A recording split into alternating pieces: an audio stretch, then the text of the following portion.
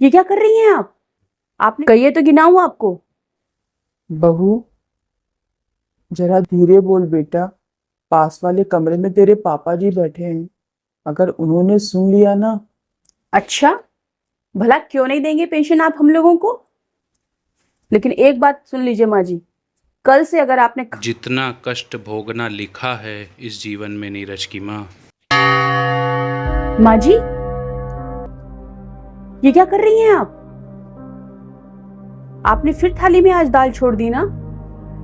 और रोटी के किनारे क्यों तोड़ तोड़ के छोड़ रही हैं? उसे भी खाइए ना। क्या अन्न बर्बाद करना आपको अच्छा लगता है? तो क्या करूं बहू, दाल तूने हरी मिर्च से छौंक दी। मेरे पेट में जलन होने लगती है बेटा ऐसी दाल खाकर। रोटी के किनारे बहुत कड़े थे बेटा, बीच में मुलायम थी तो मैंने खा ली। अब इस उम्र में दांत थोड़े कमजोर हो जाते हैं ना, कड़ी चीजें नहीं खा पाती हूँ। सही बात है माँ जी, आपके तो खाने पीने को लेकर नाटक ही नहीं खत्म होते। अरे इस उम्र में जो मिल जाए चुपचाप इंसान को खा लेना चाहिए। अभी आपके पति की कमाई होती तो आप एक टुकड़ा भी बर्बाद नहीं करती। नहीं बहू, आपके बेटे की कमाई है, इसलिए बर्बाद करिए खूब। आपका जा क्या रहा है? ऐसा मत बोलो। कमाई इनकी हो या मेरे बेटे की, मेरे लिए दोनों ही बहुत मायने रखते हैं। बहू, जरा धीरे बोल बेटा। पास वाले कमरे में तेरे पापा जी बैठे हैं। अगर उन्होंने सुन लिया ना तो उन्हें बहुत दुख पहुंचेगा।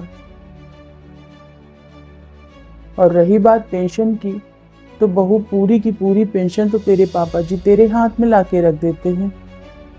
हम अपने लिए तो 100 रुपए भी नहीं बचाते। फिर भी तू हमें पेंशन का ताना मार रही है। अच्छा, भला क्यों नहीं देंगे पेंशन आप हम लोगों को? क्यों नहीं देंगे आप अपनी पेंशन हमें, जरा ये तो बताइए माँ जी। अगर आप लोग गांव में रह रहे होते तो इसी पेंशन से अपना खर्चा चलाते ना। तो यहाँ जब हम लोग आपका खर्चा उठा रहे हैं तो आपको अपनी पेंशन देने में इतनी तकलीफ क्यों हो रही है? माँ जी, आए दिन कभी आपकी तो कभी बाबूजी की तबीयत ही खराब होने लगती है। डॉक्टर के खर्चे आपको पता भी हैं। कभी डॉक्टर का बिल हाथ पे लेके देखा है आपने? दवाइयाँ और ट्रीटमेंट कितना महंगा होता है उनका। 10 घंटे भी हॉस्पिटल में रहना पड़े ना तो लंबा चौड़ा बिल आता है। कभी इसके बारे में आपने सोचा है? और जिस कमरे में आप लोग रहते हैं ना, उसकी बिजली का खर्चा पता है आपको कितना आता है? कभी इन सब के बारे में भी सोच लिया करिए, सिर्फ अपनी छोटी सी पेंशन के बारे में नहीं। अभी आप दोनों के खर्चे गिनाने बैठूं ना तो शाम हो जाए मुझे खर्चे गिनाते गिनाते।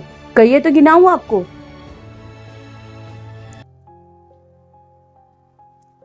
लेकिन एक बात सुन लीजिए माँ जी, कल से अगर आपने खाना बर्बाद किया ना इस तरह तो अच्छा नहीं होगा।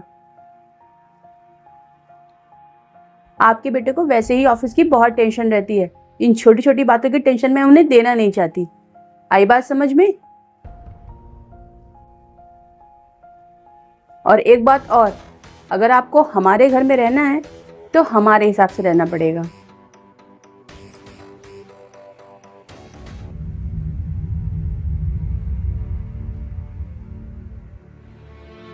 मैंने तुमसे पहले भी कहा है और आज फिर कह रहा हूँ कि एक बार डेंटिस्ट के पास चलकर अपना परमानेंट इलाज क्यों नहीं करवा लेती हो तुम।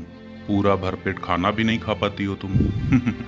हमारी शादी के पूरे 40 साल हो गए हैं और तुम अभी भी हमसे बातें छुपाती हो।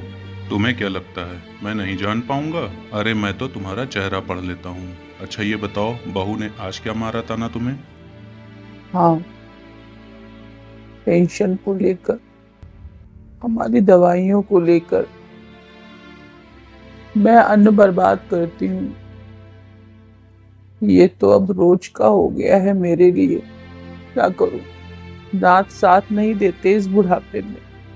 शरीर कमजोर होता चला जाता है और बच्चों के ताने। मेरी तो एक बात नहीं समझ में आती जी, सारी जिंदगी हम इतनी इज्जत से इतनी शान से जीते और बुढ़ापे में हम क्यों ये सब सुनने के लिए मजबूर हो जाते हैं। जितना कष्ट भोगना लिखा है इस जीवन में नीरज की माँ, उतना कष्ट हमें भोगना ही पड़ेगा, तभी तो मौत आएगी। बस हम दोनों साथ रहें, यही भगवान से मनाता हूँ। और जब आंखें भी बंद हो दोनों की, तो साथ बंद हो। पूरी जिंदगी हम लोग अपने बच्चों के बारे में सोचते हैं, लेकिन इस बुढ़ापे में अपनी पूरी पेंशन बच्चों के हाथ में रखने के बावजूद जब हम थोड़ा सा उन पर निर्भर होने लगते हैं, तो हम ये सब सुनने पे मजबूर क्यों हो जाते हैं जी।